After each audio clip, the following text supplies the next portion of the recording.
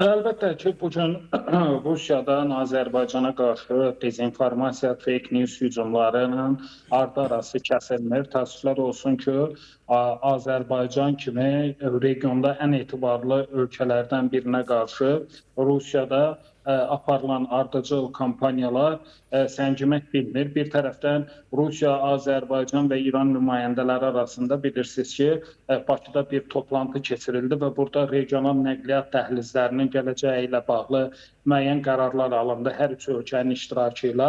Amma digər bir tərəfdən də Kremllə bağlı olan saytların, media subyektlərinin, eyni zamanda müxtəlif dırnaqarası politoloqların açıqlamaları təəssüf doğurur. Bu gün Rusiya nə qədər durub desə ki, tutaq ki, o liberalların bizlə əlaqəsi yoxdur, rəsmi mövqeyini ifadə etmir, amma Rusiyada liberalı da, kommunisti də hamısı vahid mərkəzdən idarə olunurlar və orada əlbəttə ki, demokratiya olmadığına görə onların o fikirlərini də hansısa bir müstəqil fikir kimi dəyərləndirmək mən hesab edirəm ki, o qədər də ağlabatan olmazdı. Digər bir tərəfdən hələ də bizim Rusiyadan gözlədiyimiz cavablar var.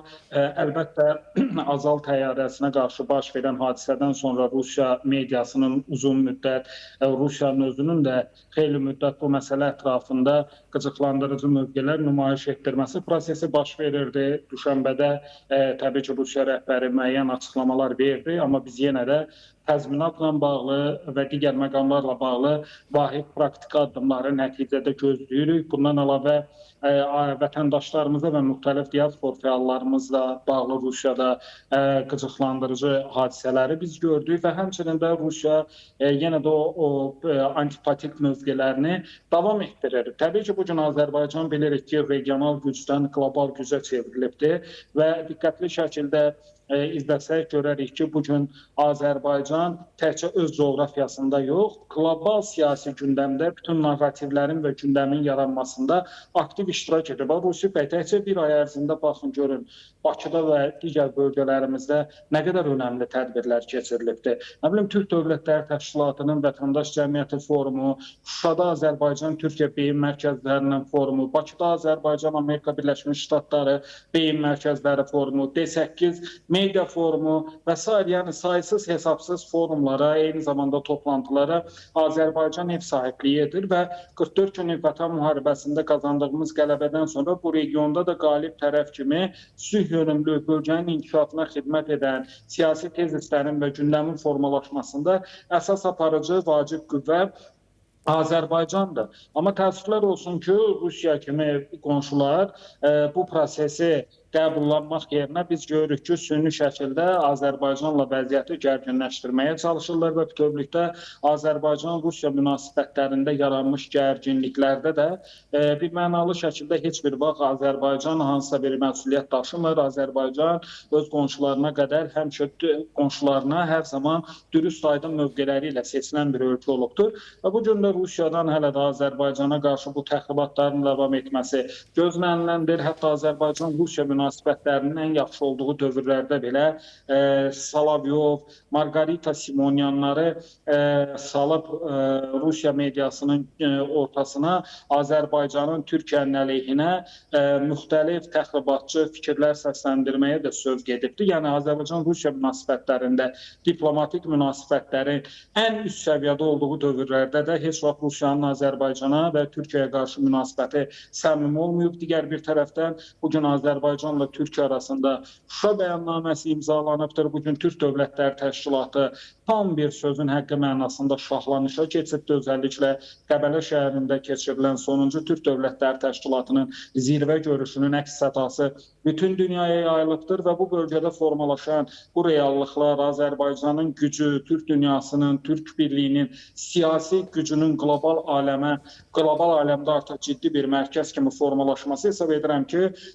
Rusiyada bəlli dairələri narahat edir və ona görə də onlar bu Azərbaycanın bu güclənən qüdrətindən çox ciddi formada narahatlıq keçirirlər və faktiki olaraq Rusiya əlbəttə ki istəyərdi ki, bölgədə işğal prosesi davamlı olaraq qalsın. Çünki Rusiyanın olduğu yerdə işğalçılıqdan başqa nə ola bilər ki? Bugün dünyanın gözünün qabağında suveren bir ölkə olan Ukraynanın əraziləri işğal edilibdir. Beynəlxalq hüquq ağır şəkildə tapdalanıbdır. Bugün Gürcüstanın ərazi bütövlüyünə qarşı qəsd həyata keçirilən qondarma Abxaziya və Cənubi Osetiyanın arxasında dayanan kimdir? Onların o dırnaq arası müstəqilliyini tanıyan Rusiyadır da. Yəni və harada işğal prosesi varsa orada Rusiya var. Amma bu bölgənin taleyini dəyişən və eyni zamanda elə o işğaldan əziyyət çəkən xalqlar üçün də stimulu yaradan Azərbaycan olubdur. Azərbaycan ədalətsizliyi aradan qaldırıb, Azərbaycan işğal prosesini sonlandırıbdır və adı işğalçılıqla həmahəng səslənən bir ölkə əlbəttə ki, Azərbaycanın işğal prosesini sonlandırmağını həzm edə bilmir. Ona görə də Rusiya saytlarında, Rusiya mediasında, Rusiyanın müxtəlif dırnaq arası partiya nümayəndələri və yaxud da media fəallarının da Azərbaycan əleyhinə o kütləvi belə deyək, hücumları da, ara sıra həyata keçirdikləri media hücumları da bununla bağlı olan bir məsələdir. Qaldı ki, ikinci məsələ ilə bağlı artıq Daxili İşlər Nazirliyi bilirik ki, Azərbaycanda SSR-nin bayrağını qaldırmağa cəhd göstərən adamlarla bağlı addımlar atıbdır. Əlbəttə, böyük bir bədbəxtçilikdir. Bu ölkə müstəqillik qazanıbdır. Xalqımız tarix boyu SSR-nin müxtəlif xalqımıza qarşı həyata keçirdiyi cinayətlərdən əziyyət çəkibdir. Xalqımızın maarifçi, aydın düşüncəyə malik olan dəyərli şəxsiyyətləri Sovet repressiyalarına qurban gedibdir. Biz 20 yanvar faciəsini yaşamışıq. Biz Qarabacov kimi iyrənc adamların Azərbaycan tarixinə, Azərbaycana qarşı hansı cinayətlər törətdiyini unutmamışıq və bütün bunları bilə-bilə, yəni bugün durub hansısa ideoloji qəliblərlə və özdə xarici dövlətin təsiri ilə SSR-yə aid kitabları, nə bilim bayraqları, indi o bəzi görüntülər də yayıldı mediada, biz gördük. Bunu saxlamaq, gedib öz aləmlərində hansısa dırnaq arası yürüyüş keçirmək, bunlar hamısı aşağılıq kompleksinin göstəricilərindən biridir. Bir tərəfdə sənin müstəqil dövlətin, şanlı üç rəngli bayrağın, sənin yenə deyirəm, dünyada adı negativlərlə hallanan, özünü daim o işğalçı imperialist güc kimi təqdim edən, geopolitik güclərə qarşı Azərbaycanın yaratmış olduğu bir o işğal prosesini bitirən bir güc, qüdrət və bugün qlobal arenaya sirayət edən bir Türk dünyası faktoru və o Türk dünyası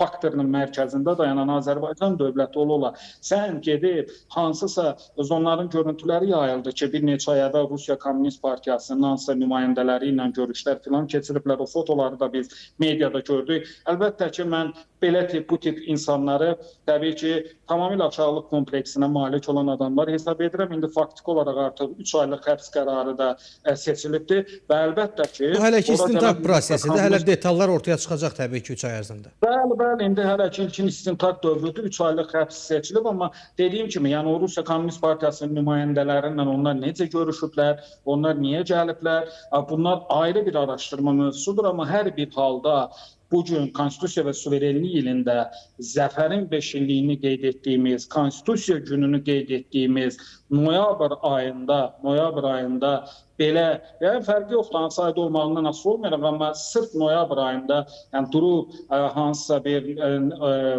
SSR bayrağını götürüb nümayişkaranə şəkildə bir tərxəhlik eləmək, mən hesab edirəm ki, əlbəttə ki, xalqın gözündə də böyük bir hiddət yaradır, amma hər bir halda o tip adamların sayı çox deyil. Bu xalq dövlətinin yanındadır, bu xalq qazandığı qələbənin fərqindədir, bu xalq qalib ölkənin vətəndaşı kimi Azərbaycanın və eyni zamanda cənab Prezident İlham Əliyevin vurğuladığı kimi Türk dünyasının öz ailəsinin yanında yer qalır. Hər cəmiyyətdə, hər ölkədə əgər əksikliklər olur, problemlər olur, o SSR bayrağını qaldırıb həbs olunan adamları da elə həmin o hər cəmiyyətdə olan problematika kimi görmək lazımdır. Amma dediyim kimi o adamların nə bu cəmiyyətdə, nə də başqa yerdə hörməti yoxdur. Bir də Rusif bəy çox kiçik bir cümlə də əlavə edeyim ki, orada adı hallananlardan biri o həkim var, o özü də heç, yəni bundan əvvəl də mediada adı müxtəlif qalmaqallarda hallanan bir adamdır. Görürük ki, yəni psixoloji baxımdan da çox da normal insanlar deyirlər. Əvvəla Rusif bəy, biz nəzərə almalıyıq ki, kollektiv təhlükəsizlik müqaviləsi təşkilatı ümumiyyətlə çox uğursuz bir təşkilatdır. Vaxtında Rusiya bunu NATO-ya alternativ bir bir təşkilat kimi yaratmağa cəhd eləmişdi, amma faktiki olaraq biz görürük ki, bu təşkilatın heç bir nüfuzu yoxdur. Ümumiyyətlə normal struktur təşkilat kimi də özünü göstərə bilmir. Yalandan nə bilim 5 ildən bir hansısa bir kiçik çaplı bir dırnaqarası hərbi təlim keçirməklə bir hərbi təşkilat olmur. Ya da ayda ildə bir dəfə hansısa bir ölkədə toplaşmaqla mən hesab edirəm ki, biz hansısa bir o təşkilatın hərbi baxımdan tam strukturlaşmış bir təşkilat olduğunu söyləyə bilmərik. Yəni KTMT bütövlükdə bu mənim fikrimdir ki, strukturlaşmış normal bir təşkilat kimi özünü göstərə bilmir. Digər bir tərəfdən KTMT-də qopmalar da artıq uzun müddətdə davam edir. İndi bu gün Ermənistan tam olaraq müstəqil addım ata bilmir, amma artıq uzun müddətdir ki, KTMT ilə iplərini qoparmağa çalışır və Ermənistan hakimiyyətinin də bu ipləri qopartmaq üçün əlindən gələni etdiyini görürük. Yəni Ermənistanın müxtəlif məmurlarının ritorikasında, timsalında biz o anti-KTMT ovqatını açıq-aydın şəkildə görə bilirik. Digər bir tərəfdən KTMT cəlbedici bir qurum da deyil. Açıq demək lazımdır ki, KTMT-nin üzvü olan bir neçə potensiallı ölkə var. Bunların içərisində özəlliklə Qazaxıstanla Qırğızıstanı söyləyə bilərik, amma onlar digər üzv olduqları təşkilatlarda kifayət qədər böyük